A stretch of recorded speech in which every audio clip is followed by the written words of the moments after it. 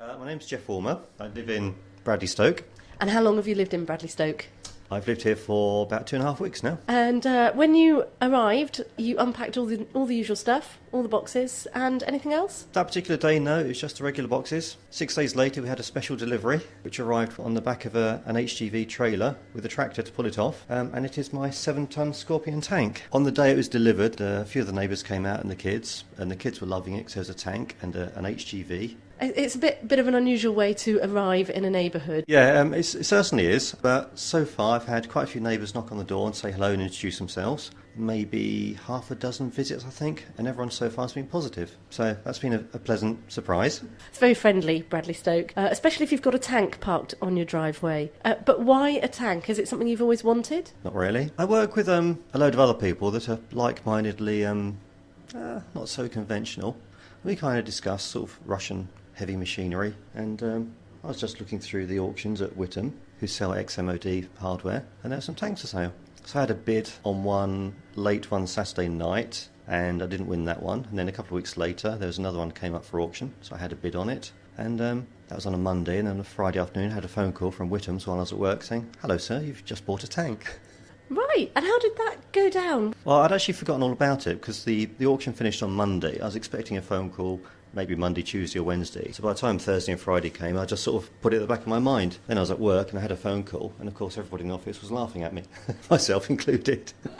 So can I ask the question, how much did you pay on the auction site for this tank? It was £7,500 plus VAT. That comes to £9,000. You have a family. What did your other half say when you came home from work? Yeah, she was actually very understanding. My little daughter, she likes it. Calls it Daddy's tank, and she's announced she wants a blue one for Christmas. And what are you going to do with your tank? Because it is parked on your driveway at the moment. Is it going to stay there? Yeah, it's parked on the driveway for the moment. It doesn't run because it's missing a gearbox. It doesn't fit in the garage because the garage door is 7 foot wide and the tank is 7 foot wide. In the short term, I'm planning on putting it just next to the garage because there's a nice patch of grass there. So it'll blend in with the green grass and the green trees behind it with the green tank. So it should be a bit more subtle then, I think.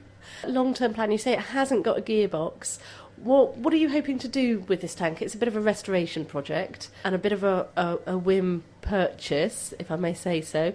Yeah, in the short term, I'm just going to move it to the side of the garage. In the long term, it needs quite a bit of restoration. It does need a gearbox because it's missing one at the moment. I believe the engine, I'm hoping the engine will be in reasonable state. Hope to get that running first of all, and then once the engine is running, some of the Royal Electrical Mechanical Engineers, otherwise known as the REMES, I work with at Bloodhound, they're telling me that the fleet is being retired at the end of 2017 and 2018. So I'm hoping at that point that the Ministry of Defence will be selling off their fleet and hopefully some gearboxes, and at that point spares should become available, and ultimately it'd be great to try and get it running on the road. So that would be fun, just to drive it around Bradley Stoke, take it down to Tesco's, fill it up, do the shopping, that kind of stuff, use it as a regular car.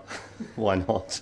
It's got a 75mm gun which has been deactivated. I've got a certificate from Her Majesty's Armoury in Birmingham which certifies that it's been disarmed as well. And some of my friends have been around recently with their kids and they've had great fun moving the turret from side to side and lifting the gun up and down and aiming it at the neighbours' the neighbours' cars. So is this the ultimate boy's toy? I guess it's up there, isn't it? Whether or not it's the ultimate, I don't know, but we'll see if we can match it in the future, maybe. Yeah, it's just a bit of an impulse purchase. And when I come home and see it on the drive, I just kind of chuckle to myself.